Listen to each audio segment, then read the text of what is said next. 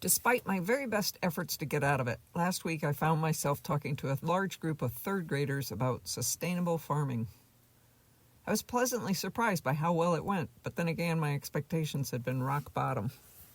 When I asked the kids what sustainable meant to them, one boy said, "It's having a nice place to live." I agreed and said, "Yeah, in a way it is. I think that planet Earth is a very nice place to live. In fact, I feel lucky to live on such a nice planet, and I'd like to take good care of it. So when it's my time to pass it on to you, it's just as nice as when I found it, if not better. And I hope that when it's your time to be in charge of this planet, that you take good care of it too." I told them that my definition of sustainable is the ability to keep doing something. I explained, after I get a good night's sleep and a healthy breakfast, I'm full of energy and I can work really hard and get a lot of stuff done. But by noon, I start to slow down, and if I don't get lunch, I stop being able to work very hard. I just get more and more tired until I completely run out of energy.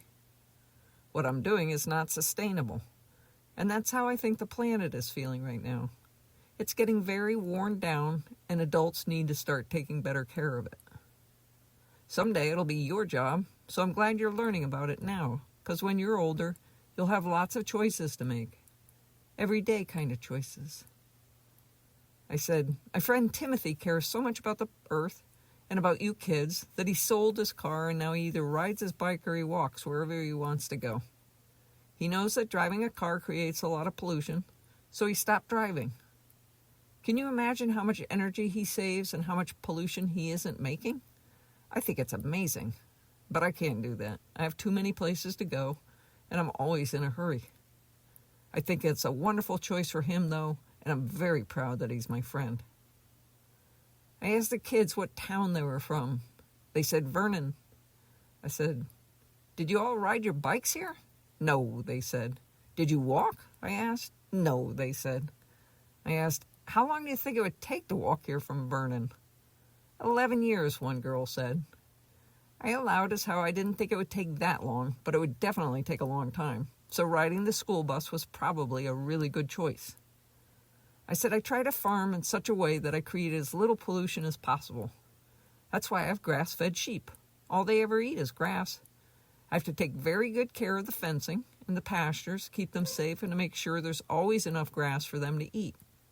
Be a lot easier if I just kept them in a barn and brought them food from somewhere else. But it'd have to be brought to the farm in a big truck, and that causes pollution. I said, my friend Carol has sheep, and she doesn't have enough grass, so she feeds them grain that's grown in Iowa.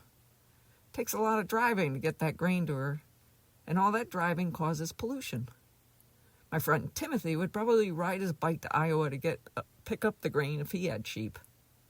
But I think I found an even better solution. I found a home for my sheep at Hillstead, where there's a lot of grass. They have so much grass, in fact, that if my sheep don't eat it, someone has to mow it. So I think I made a very good choice, and Hillstead is very happy. I said, as adults, we all get to make choices about the way we live and farm, and my hope is that when they're adults and in charge of making the decisions, that they think about what they're doing and make the very best choice they can. I have no idea what the kids took away from my talk, if anything at all. They were unusually quiet, which I took to mean they were either thinking about what I said or plotting something nefarious. Either way, I left feeling proud of the way Ann and I farm and the choices that we've made. Somehow, by taking the time to explain myself in overly simplistic terms to a group of children, it became that much clearer to me as well. Indeed, it really is about having a nice place for everyone to live, and about leaving it better for the next generation.